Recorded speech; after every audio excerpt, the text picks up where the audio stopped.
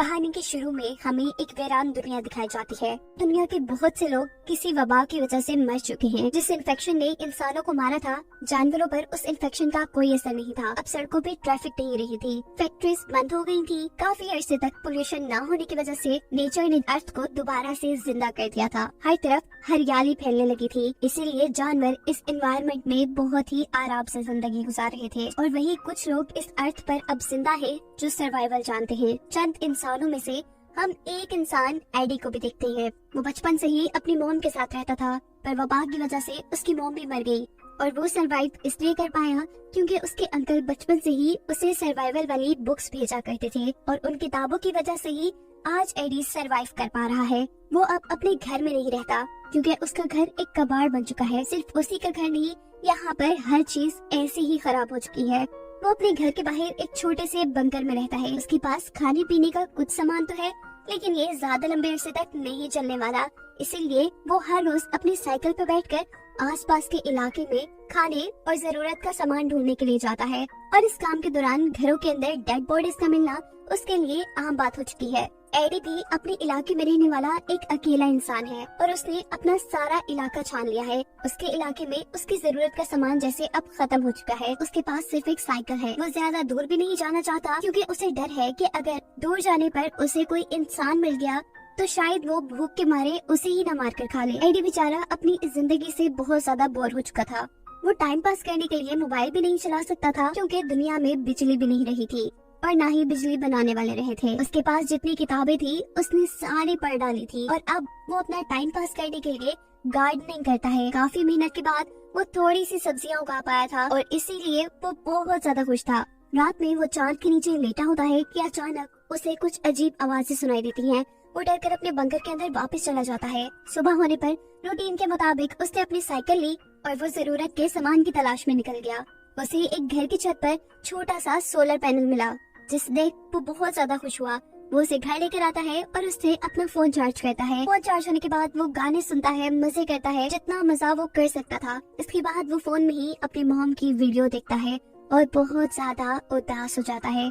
वो काफी अरसे बाद अपनी मॉम को देख रहा था, पर फिर भी उनसे बातें नहीं कर सकता था। वो ये वीडियोस तब तक देखता है जब तक उसका फोन बंद नहीं हो जाता। इसके बाद दोबारा गार्डन में जाता है तो पता चलता है कि रात में जो आवाजें उसे सुनाई दी थी वो जानवरों की आवाजें थी और उन्हीं जानवरों ने उसकी उगाई सारी सब्जियां तबाह कर दी थी। ये सब देखने के बाद उसे कुछ समझ नहीं आता। उसकी सारी उम्मीदें अब खत्म हो गई थी। वो अब इन सब्जियों के बीजों को इकट्ठा कर लेता है। वो इनसे दोबारा सब्जियां उगा सकता था, लेकिन दोबारा खाने के लिए इतने लंबे अरसे का इंतजार, ये सोच उसे बहुत ज्यादा गुस्सा दिला देती है और गुस्से में वो अपने ही पाँव पर कुल्हाड़ी मार लेता है। उसके जख्म से खून भी निकलने लगा था, जिससे इन्फेक्शन होने का खतरा उसके अंदर भी बढ़ जाता है। वो मर भी सकता था, इसीलिए वो अपनी सर्वाइवल की किताबों में से कुछ तरीके निकालकर अपने लिए मेडिसिन बनाता है और अपने जख्म पर लगाता है। रात में वो अपने अंकल और आंटी की फोटो देखकर सोचता है कि ये भी तो जिंदा होंगे, इनकी वजह से तो मुझे सर्वाइव करना आया है और वो तो कितने अच्छे से सर्वाइव कर रहे होंगे। वो अब सोचता है कि क्यों ना मैं भी इन्हीं के पास चला जाऊँ, ऐसी जिंदगी शायद थोड़ी आसान हो जाए। पर एक साइकिल के जरिए ये काम करना मुश्किल था। वो पहले एक पूरा प्लान बनाता है। एक रोड मैप के जरिए एक रूट डिसाइड करता है जिसको फॉलो करते हुए वो अपने अंकल के घर तक जाएगा, जिसमें भी 2 हफ्ते का वक्त लग सकता है अगर सब कुछ सही रहा तो। ये रात अब उसके लिए बहुत मुश्किल थी क्योंकि उसे अपना घर छोड़कर जाना पड़ रहा था, जहाँ उसने काफी सारी चीजें जमा कर ली थी। खैर अगली सुबह निकल जाता है। वो सुबह से शाम तक साइकिल चलाता था। रात होने पर टेंट लगाकर सो जाया करता था और जो उसके पास खाने पीने की चीजें थी उनका वो रास्ते में इस्तेमाल कर रहा था। और अच्छी बात ये थी कि अगर एडी को रास्ते में कोई बिल्डिंग मिल जाती थी तो कुछ चीजों का इंतजाम तो वहाँ से भी हो जाता था। एक हफ्ते तक तो सब कुछ ठीक था, लेकिन एक रात जब वो सोकर उठता है तो देखता है कि हिरन उसका सारा पानी बर्बाद कर चुकी है। साथ ही उसका सोलर चार्जर भी हिरन ने तोड़ दिया है, जिसकी मदद से वो अपना फोन चार्ज कर पाता था। ये देखकर उसे इतना गुस्सा आता है कि वो अपनी पिस्टल की सारी गोलियां फजूल में चला देता है, जिसके बाद वो खूब पछताता है कि ये उसने क्या कर दिया। वो आगे बढ़ता रहा और रास्ते में उसे एक रिवर मिली, जिसे देखकर वो बहुत ज्यादा खुश होता है क्योंकि पानी का इंतजाम तो दोबारा से हो चुका था। पानी इकट्ठा करने के बाद वो वहाँ से निकला और एक कच्चे रास्ते के ऊपर चढ़ गया। साइकिल वो तेज चला रहा था। अचानक उसकी साइकिल डगमगाकर एक गड्ढे में गिर जाती है। ये गड्ढा कुछ चीजों से ढका हुआ था, जिसका साफ मतलब ये था कि किसी ने ये ट्रैप बनाया था। वो इस गड्ढे से बाहर निकलने की भी कोशिश करता है पर नाकाम रहता है। उसने बहुत से फायर क्रैकर जलाए कि कोई तो उन्हें देखकर उसकी मदद के लिए आएगा, लेकिन कोई नहीं आया। सुबह होने पर वो नोटिस करता है कि कोई उसे देख रहा है। एडी बगैर कुछ सोचे समझे उसके ऊपर गोली चला देता है। यहाँ जो इंसान थी वो एक लड़की थी और वो एडी की गोली से बच भी गई थी। ये लड़की एडी से कहती है कि तुम अपने हथियार मुझे दे दो, मैं तभी तुम्हारी इस गड्ढे से निकलने में मदद करूंगी। पहले एडी उसकी बात नहीं मानता, लेकिन जब उसे लगता है कि इसके अलावा उसके पास कोई और चारा भी नहीं है तो वो गन्स उस लड़की को दे देता है। लेकिन वो इतना बेवकूफ नहीं है कि गोलियों के साथ उस लड़की को गन दे और वो लड़की उसे मार दे। गस लेने के बाद ये लड़की एवा एडी से कहती है कि तुम साबित करो कि तुम इन्फेक्टेड इंसान नहीं हो। इस बात पर एडी अपनी शर्ट ऊपर करके उसे दिखाता है। उसकी बॉडी पे कोई निशान नहीं था जो इन्फेक्शन की वजह से हो। एवा भी उसे अपनी बॉडी दिखाकर तसल्ली करती है कि उसे भी किसी तरह की कोई इन्फेक्शन नहीं है। एवा एडी को अब गड्ढे से बाहर निकाल लेती है और उसे गोलियां देने को कहती है, लेकिन एडी इनकार कर देता है। ये लोग सो जाती हैं और अगली सुबह जब एडी उठता है तो एवा ने उसके गले पे चाकू रखा हुआ था। वो उससे गोलियों के बारे में पूछ रही थी। एडी जैसे ही उसे गोलियों का बताता है तो वो गोलियां गन में डालकर वहाँ से भाग जाती है। एडी को समझ नहीं आ रहा था कि एवा ने ऐसा क्यों किया। अचानक ही उसे 3 इंसानों की आवाज आती है। समझ आ जाता है कि एवा इन्हीं इंसानों से बचकर भागी थी। इन तीनों आदमियों के पास हथियार थे और ये तीनों ही काफी जालिम लग रहे थे। इनसे बचने के लिए एडी घास के अंदर छुप जाता है, जबकि दूसरी तरफ एवा दरख्त के ऊपर चढ़ी हुई थी। उसने इन तीनों के ऊपर गन तानी हुई थी, जबकि इन लोगों को यहाँ पर एडी का कैंप नजर आ गया था। ये लोग पता चलाना चाहते थे कि आखिर इस कैंप में कौन रहा होगा। एडी सोचता है कि इस कैंप के मालिक का पता चलाते चलाते ये लोग सामने दरख्त पर बैठी एवा तक पहुंच जाएंगे। उसकी जान को खतरा हो जाएगा, इसलिए वो जल्दी से कुछ फूलों के जरिए अपने जिस्म पर इन्फेक्शन जैसे निशान बनाता है और ऐसी जगह जाकर लेट जाता है जहाँ से उन्हें वो नजर आए। ये लोग जब उसके करीब आते हैं तो उन्हें लगता है कि एडी इन्फेक्शन की वजह से मर चुका है।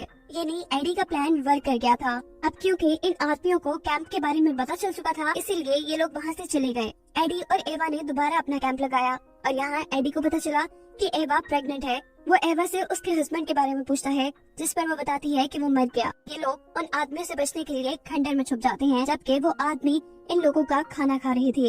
एडी दूर कहीं से जाकर 2 साइकिल्स का इंतजाम करके लाता है और उसने फैसला किया था कि अब वो एवा को भी अपने साथ लेकर जाएगा। आधा सफर एडी तय कर चुका था।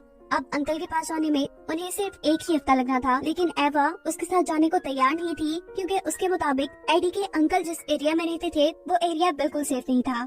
लेकिन एडी को तो अपने अंकल पर पूरा भरोसा था। वो एवा से कहता है कि अगर तुमने नहीं मेरे साथ चला तो कोई बात नहीं, लेकिन मैं जरूर जाऊंगा। अब एवा के पास क्योंकि कोई दूसरा ऑप्शन नहीं था, वो भी मान गई। ये दोनों निकल पड़ते हैं। एवा को साइकिल चलानी अच्छे से नहीं आती थी, इसीलिए उनको काफी टाइम लग रहा था, लेकिन एडी ने उसका पूरा साथ दिया। अब इनकी रूटीन ये चल रही थी कि ये पूरा दिन साइकिल चलाते थे, थोड़ा बहुत शिकार करते थे और रात में अपने शिकार को पकाकर खा जाया करते थे, क्योंकि पहले जो खाना उनके पास था वो तो उन 3 लुटेरों ने इनसे लूट लिया था।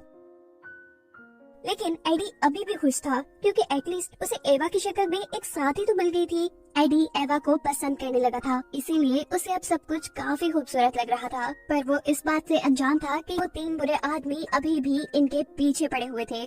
एडी एवा का बहुत ख्याल रख रहा था, इसीलिए एवा को भी एडी पसंद आने लगा था। रास्ते में एवा और एडी को एक तालाब मिलता है। एडी तालाब में स्विमिंग के लिए जंप कर देता है। वो जब स्विमिंग करके बाहर निकलता है तो सामने उसे अपने पीछे पड़े 3 आदमियों का एक साथी नजर आता है, जो उससे एवा के बारे में पूछते हुए कहता है कि हमें तुमसे कोई लेना देना नहीं, तुम हमें सिर्फ एवा का बता दो और एवा को हमारे हवाले कर दो। हम एवा को नहीं मारेंगे, क्योंकि एवा इनके लिए एक रिसोर्स की तरह काम कर रही है। एवा का जो बेबी पैदा होगा उन्हें ये खा लेंगे। एडी अब ये बात समझ चुका था कि एवा इन्हीं लोगों से बचकर भाग रही थी, क्योंकि ये एवा के साथ जुल्म करते थे। वो आदमी दोबारा एडी से बात करता है और कहता है कि अगर तुम्हें जान प्यारी है तो तुम एवा को छोड़ दो, वरना हम तुम्हें मार देंगे, क्योंकि सर्वाइवल के खेल में कंपटीशन तो होता ही नहीं। इतनी बुरी बातों के बावजूद भी एडी नहीं डरता।